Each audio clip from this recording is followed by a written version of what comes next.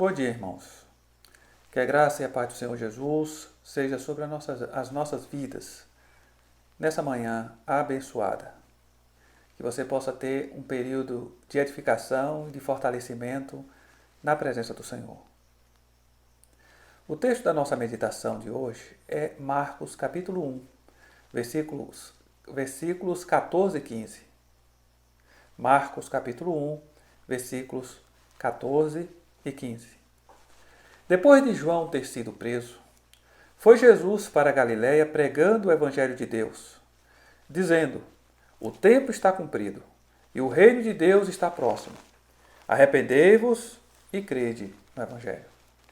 A mensagem de Jesus foi: O tempo está cumprido e o reino de Deus está próximo. Arrependei-vos e crede no Evangelho.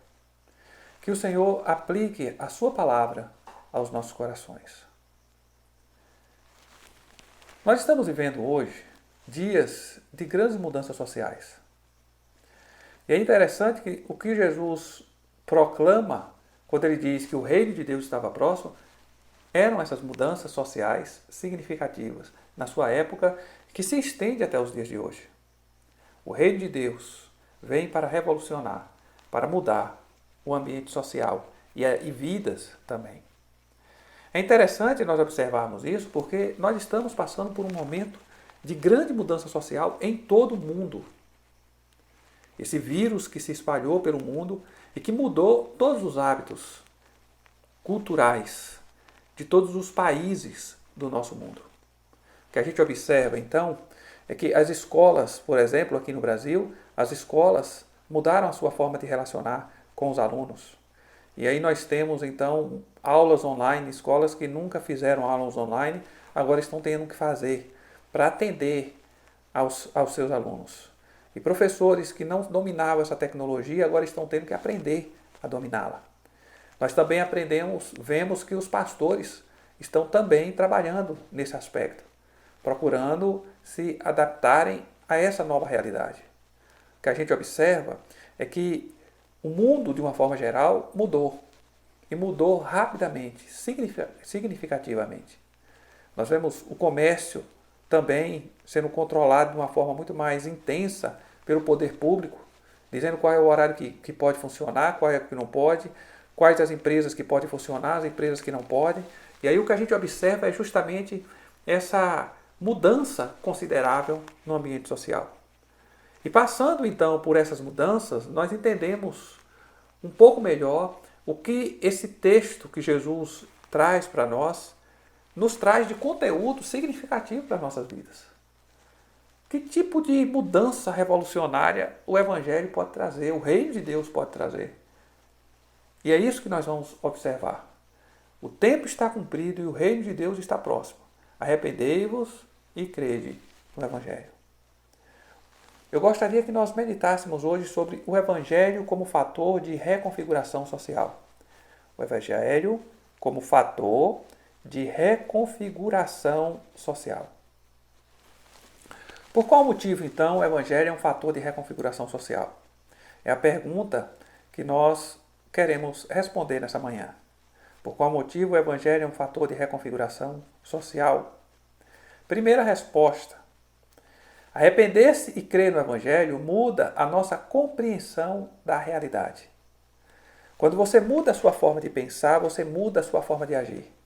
A compreensão que temos da realidade é o que vai influenciar o nosso comportamento em relação ao nosso meio, ao meio que vivemos. Então, essa compreensão é extremamente influenciadora no que se refere ao nosso comportamento. Ao aceitarmos o Evangelho, começamos a aceitar também a existência de um mundo espiritual que antes nós ignorávamos. Algumas pessoas não acreditavam em anjos, em demônios, alguns se diziam ateus, não acreditavam em Deus, outros tinham outros deuses, criam em doutrinas que ensinavam a respeito do mundo de forma completamente diferente, até que o Evangelho alcança as pessoas e muda a forma de pensar. A compreensão da realidade é mudada. E com essa mudança de compreensão da realidade, consequentemente, há essa compreensão de que o mundo espiritual existe e de que ele é extremamente influenciador no ambiente social que vivemos. O mundo espiritual é uma verdade. Então, quando aceitamos o Evangelho, nós começamos a aceitar a existência de um mundo espiritual que nós ignorávamos. Foi a sensação que eu tive. Eu me converti no período em 93, no período em que a igreja falava muito a respeito de batalha espiritual. E eu cheguei e parecia que eu estava num mundo completamente diferente depois que eu me converti. Justamente porque essa compreensão do mundo me trouxe uma perspectiva diferente a respeito do mundo e a respeito do meu papel no mundo. É essa mudança que o Evangelho traz. Porque ele nos insere nessa percepção do reino espiritual, dessa percepção do reino de Deus e do mundo espiritual como fator de influência no mundo físico. Arrependei-vos e crer no Evangelho muda a compreensão da realidade, porque nos insere nessa percepção de que existe um mundo espiritual que nós ignorávamos, mas que ignorá-lo não o faz inexistente em nossas vidas. Segundo ponto que nós trabalhamos a respeito do arrependimento, de arrepender-se e crer no Evangelho, muda a nossa compreensão da realidade. Segunda coisa que responde a essa pergunta é que, ao aceitarmos o Evangelho, a nossa compreensão das verdades doutrinárias são mudadas. O que era verdade para você que é espírita kardecista? Não é mais depois que você se converte. O que era verdade para você que é católico romano e que até usava as escrituras como referência, mas usava também a tradição da igreja. Às vezes, usando a tradição da igreja, às vezes como mais importante do que a própria Bíblia. Quando você se converte e crê no Evangelho, o Evangelho se torna a referência para a sua vida. E sendo ele a referência para a sua vida, tudo aquilo que não está dentro dessa referência, dessa doutrina, você descarta.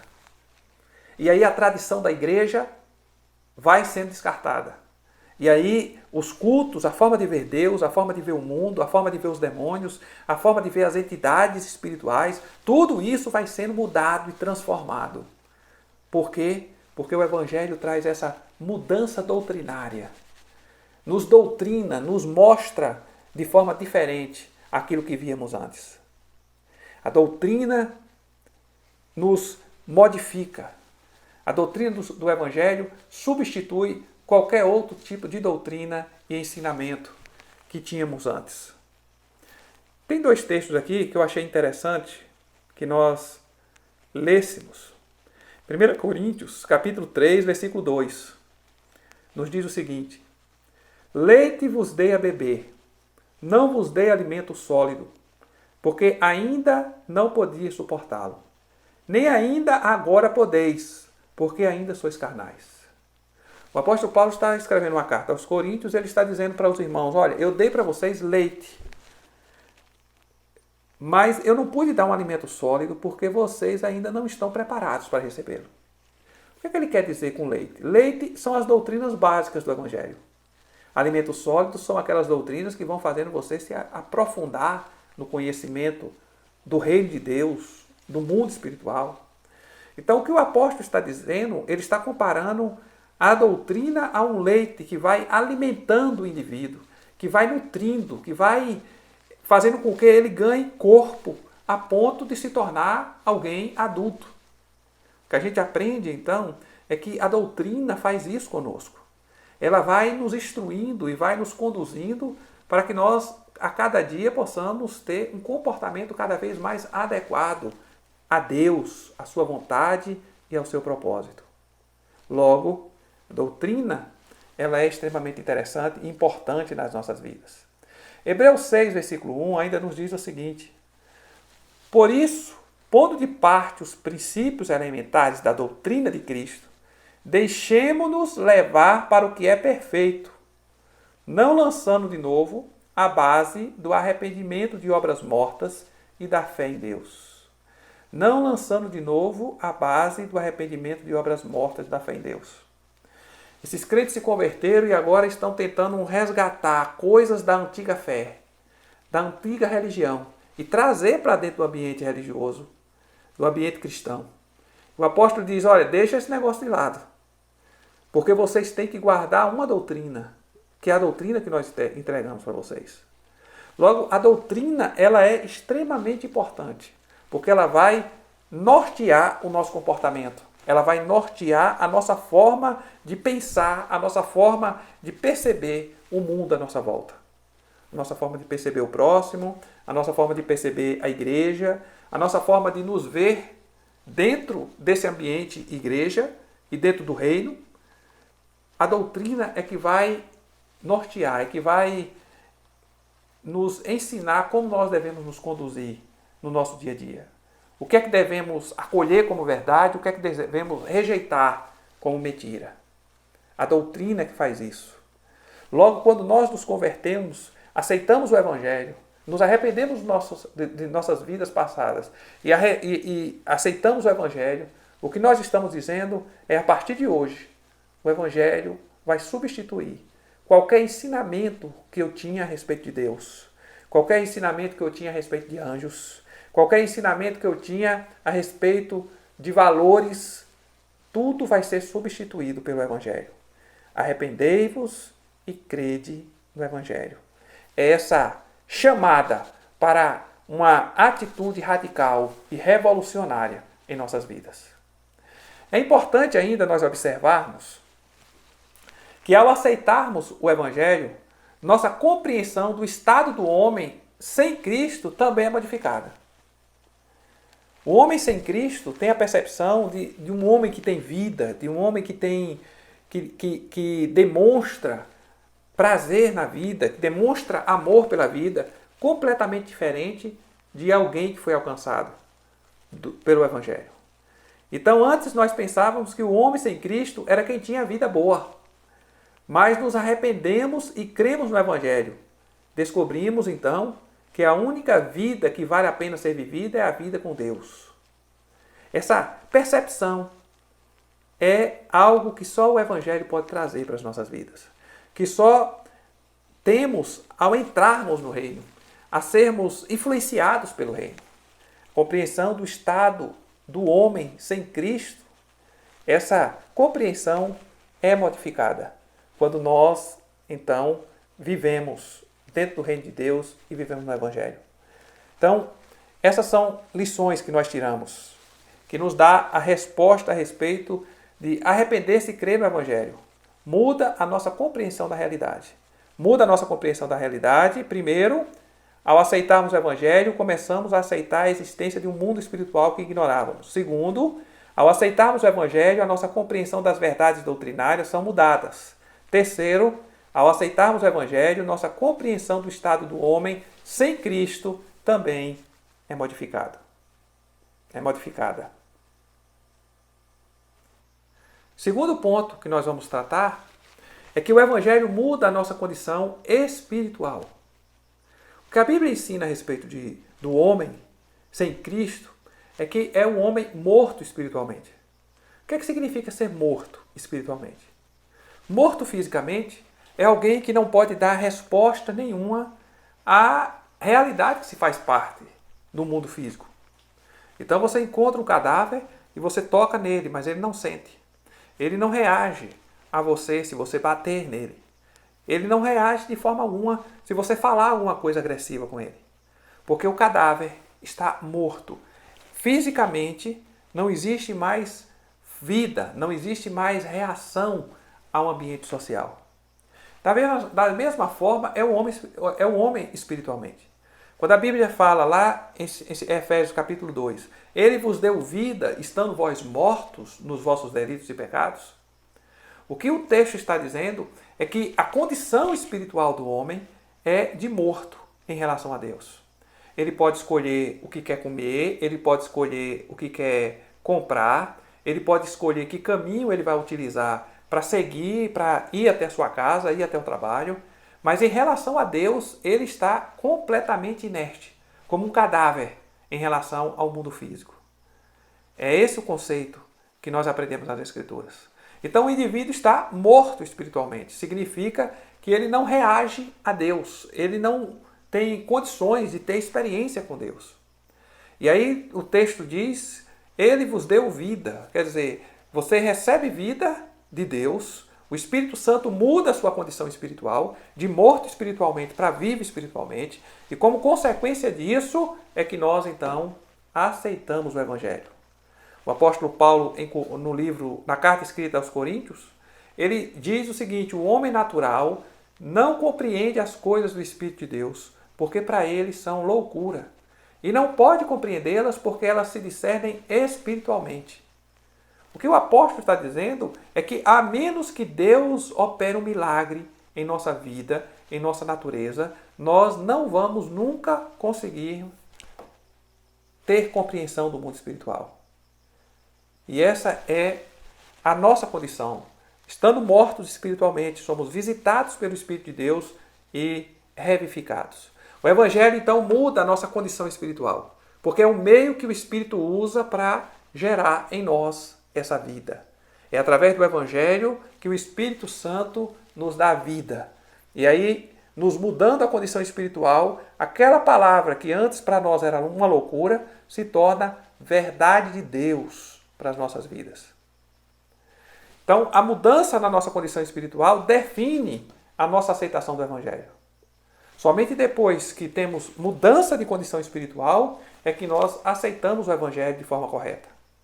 O que acontece muitas vezes dentro de igrejas é que pessoas que não tiveram a sua mudança, não tiveram a mudança na condição espiritual, que se afiliaram à igreja. E aí o que nós vamos ter são pessoas não cristãs, mas que aceitaram uma religião.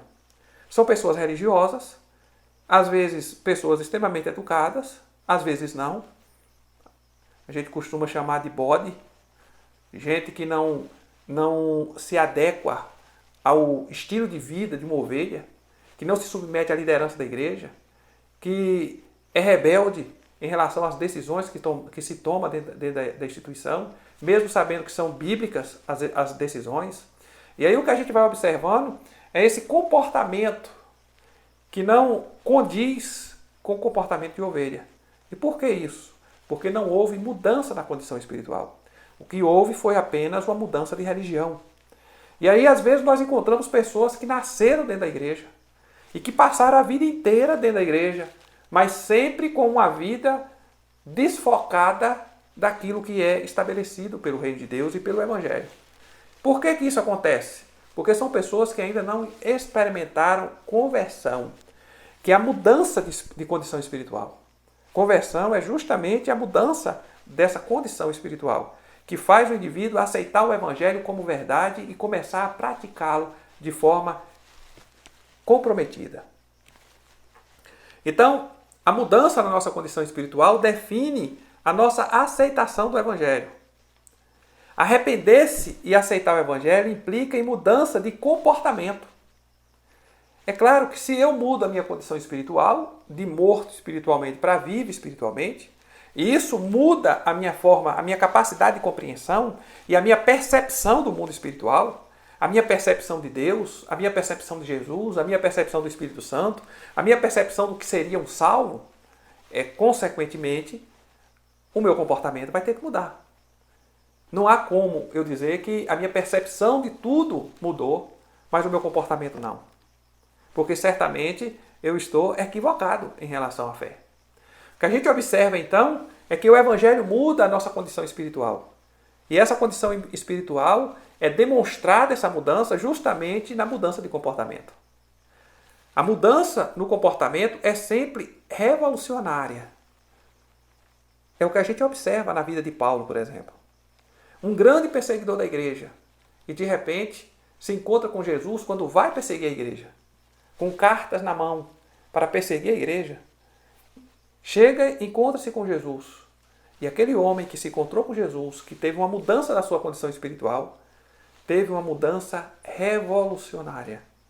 Porque toda a sua fé foi mudada. Todas as doutrinas foram reconfiguradas para que ele atendesse a revelação que lhe foi dada através do Espírito Santo. Para que ele atendesse à revelação de que Jesus é aquele que iria vir para salvar a humanidade. Que Jesus era o Messias que ele esperava. E aí, isso muda completamente a vida e a história do apóstolo Paulo. Há uma revolução acontecendo dentro de Paulo.